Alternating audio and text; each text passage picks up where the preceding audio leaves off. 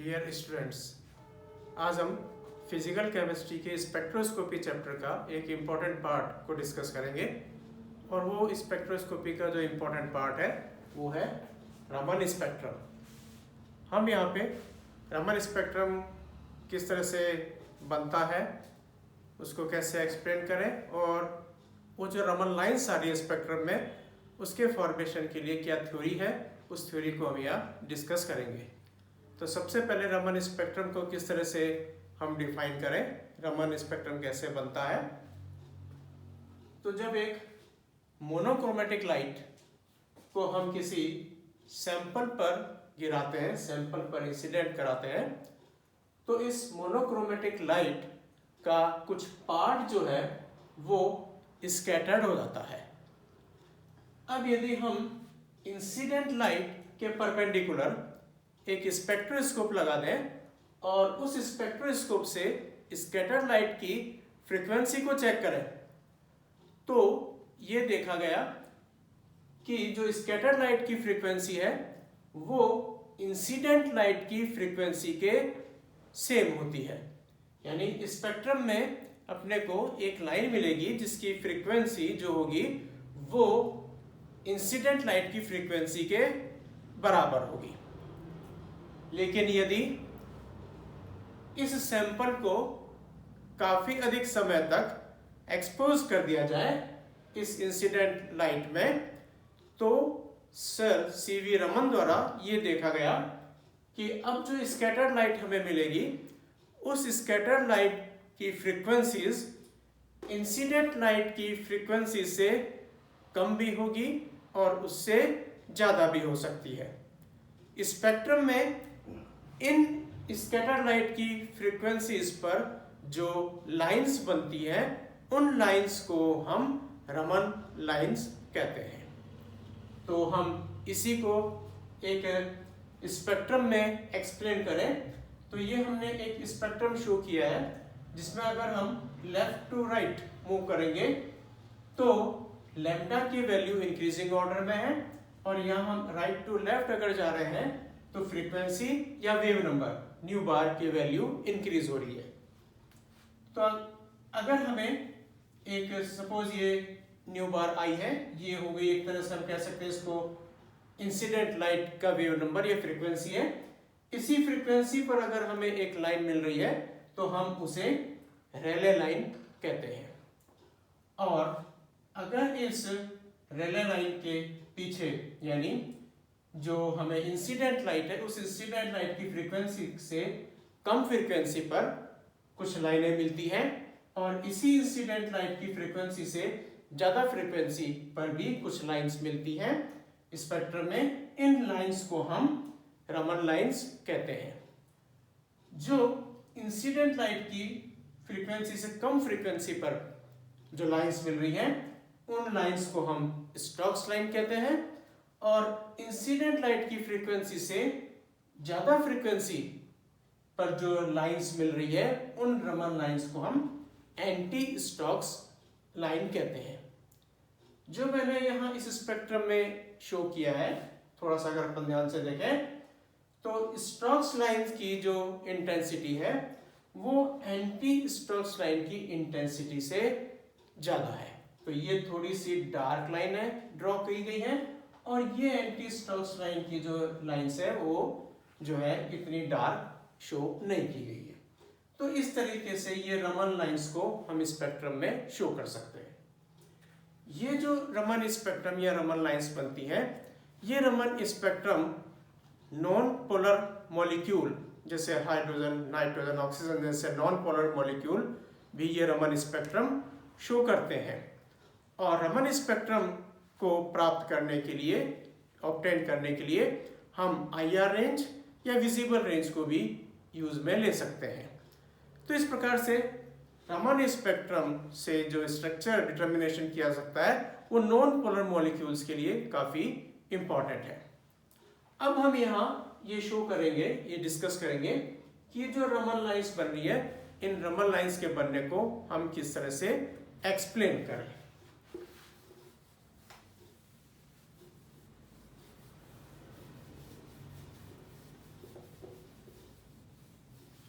Raman lines की formation के लिए रमन लाइंस कैसे बनती है, रमन स्पेक्ट्रम कैसे बना, इसको एक्सप्लेन करने के लिए एक थ्योरी दी गई है जिसे हम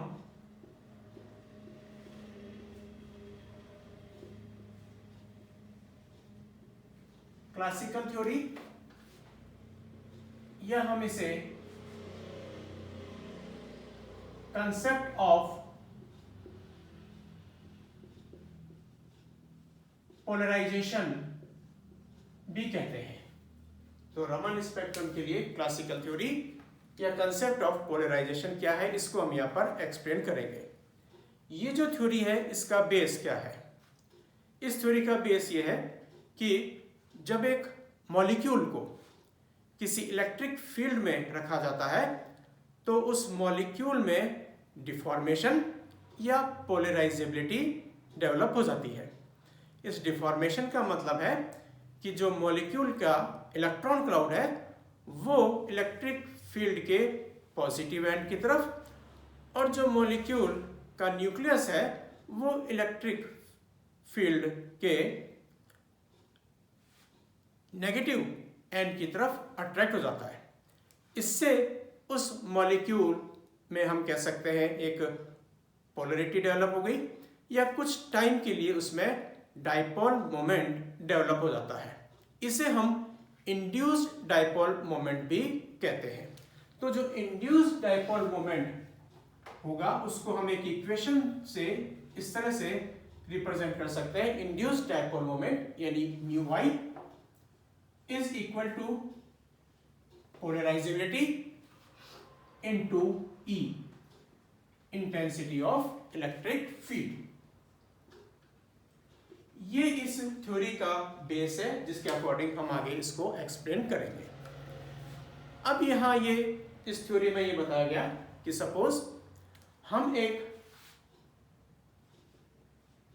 न्यू आई फ्रीक्वेंसी का रेडिएशन एक मॉलिक्यूल के सैंपल पर गिराते हैं, तो जो सैंपल में मॉलिक्यूल है, जितने भी मॉलिक्यूल है, वो अपने सराउंडिंग्स पे, अपने चारों तरफ एक इलेक्ट्रिक फील्ड को एक्सपीरियंस करते हैं, अनुभव करते हैं। तो उन मॉलिक्यूल्स से जो इलेक्ट्रिक फील्ड एक्सपीरियंस होता है उसके लिए एक इक्वेशन अपने को याद रखनी है कि जो मॉलिक्यूल्स इलेक्ट्रिक फील्ड को एक्सपीरियंस करते हैं, अनुभव करते हैं, अनुभव किए जाने वाला electric field is equal to कितना अपन ने इलेक्ट्रिक फील्ड लगाया है, ई नॉट, फिर आगे हम लिखेंगे साइन 2 पाई न्यू आई इंटू टी।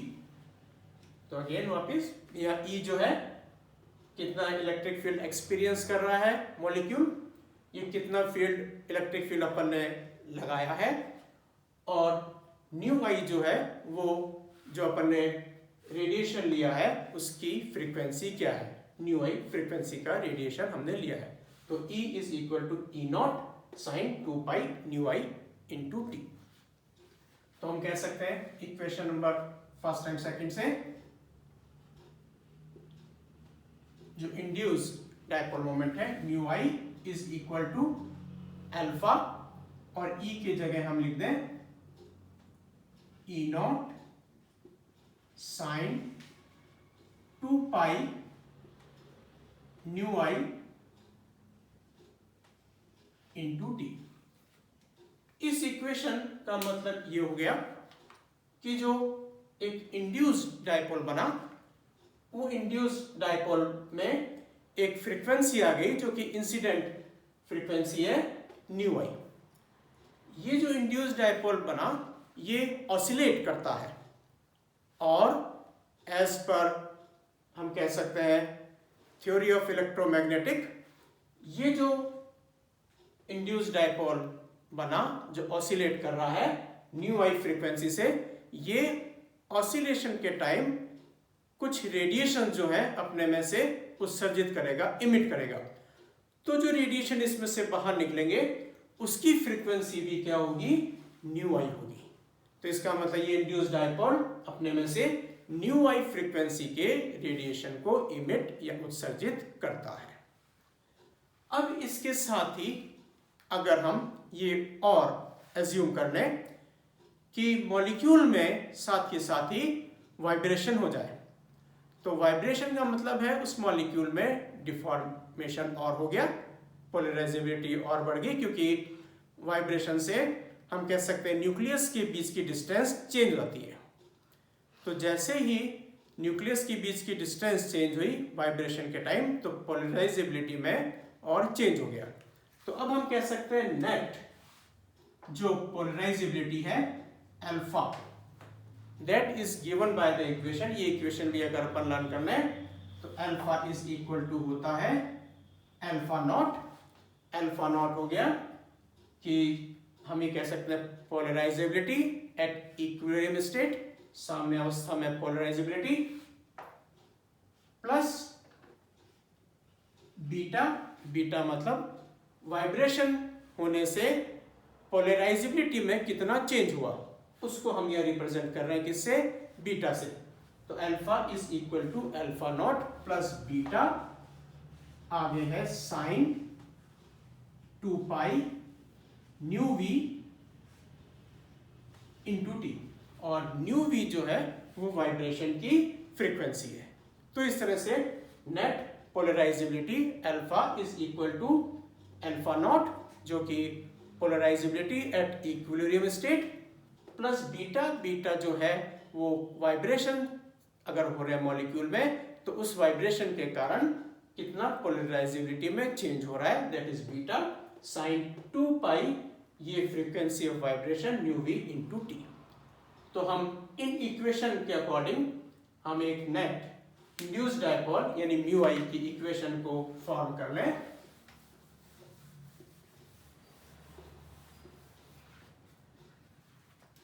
तो एक इक्वेशन नंबर 5 हम लिख सकते हैं, that is induced dipole mu I is equal to alpha. Alpha की जगह हम लिख दें alpha naught plus beta sine 2 pi nu we into T, और फिर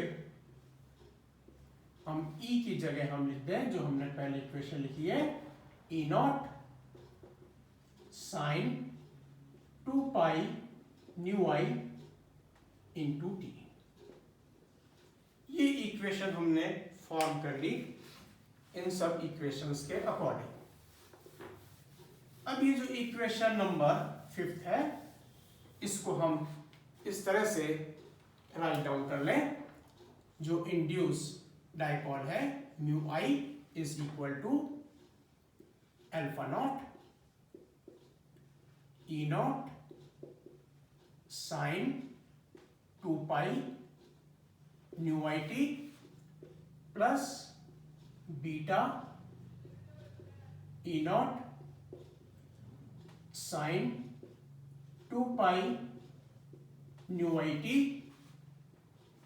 into sine 2 pi nu we into T,